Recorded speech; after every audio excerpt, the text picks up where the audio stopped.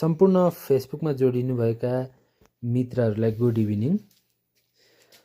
छोरीले साह्रै एउटा गेम खेलौँ बाबा भनिसकेपछि हामी एउटा मनोरञ्जनात्मक गेम खेल्न आँटिराखेका छौँ। यो प्रयोजन भनेको बिल्कुलै मनोरञ्जनात्मक प्रयोजन मात्र हो।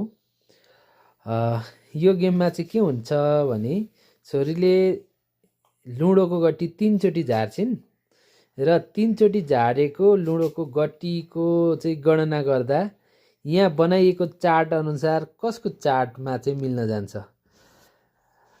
झापाको क्षेत्र नम्बर 5 मा आसन्न प्रतिनिधि सभाको निर्वाचनमा कसले चाहिँ बाजी मार्ला त, त्यो अनुमान योसँग मिल्छ मिल्दैन पक्कै पनि चुनावको परिणाम आइसकेपछि थाहा हुने कुरा हो।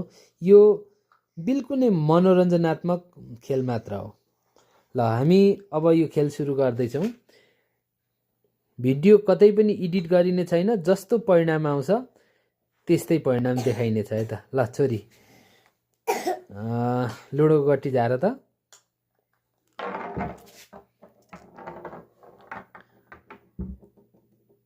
ओके 3 आएको छ। ल फेरि एकचोटि छोरी।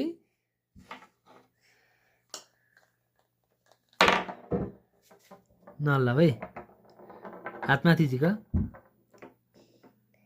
6 आएको छ। 6 र 3 ले 9। फेरि एकचोटि छोरी। न ल भाइ 9 र 1 ले 10। 10 भनेको तपाईहरु आफै हेर्न सक्नुहुन्छ। के यो परिणाम मिल्ला त? कृपया कमेन्टमा आफ्नो प्रतिक्रिया दिनुहोला।